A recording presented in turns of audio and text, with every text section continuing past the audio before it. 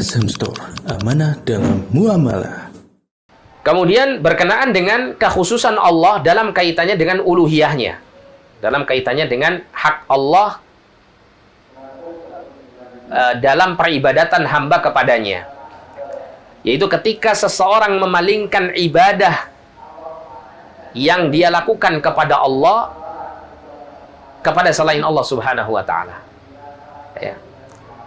Ketika dia beribadah kepada Allah juga kepada yang lain, maka pada saat itu dia telah melakukan kesyirikan di dalam beribadah kepada Allah Subhanahu wa Ta'ala. Seperti contoh misalnya, salah satu ibadah yang sangat agung di sisi Allah adalah berdoa. Nabi SAW mengatakan, ad-du'a'u huwal ibadah.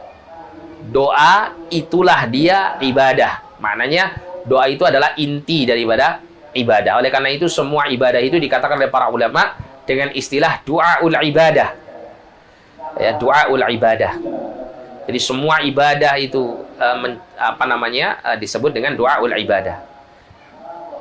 Baik itu kaitannya dengan puasa, ya, salat, zakat, sedekah, membaca Al-Qur'an, ya, amar ma'ruf nahi mungkar dan seterusnya, semua ini dikategorikan oleh para ulama termasuk dalam kategori du'aul ibadah.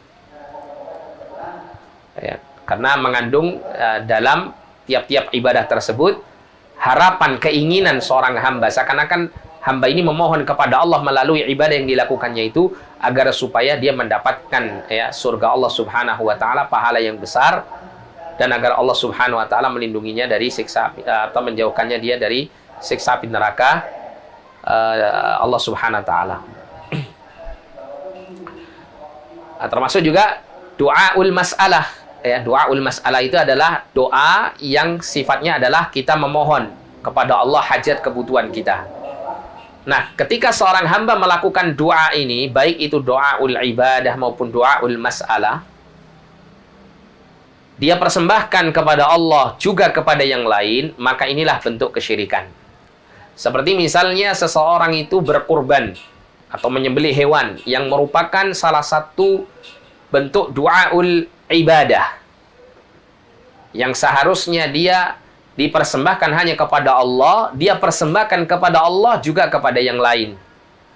Ya, dia berharap keridhaan Allah juga berharap keridhaan yang lain. Misalnya berharap keridhaan, ya, wali tertentu misalnya, atau mengharap keridhaan Nabi SAW misalnya, atau sebagai bentuk pendekatan diri kepada Allah dan kepada Nabi misalnya. Nah, maka ini termasuk bentuk kesyirikan dalam uluhiyah Allah Subhanahu wa Ta'ala. Jadi menyamakan Allah dengan selain Allah dalam kaitannya dengan peribadatan makhluk.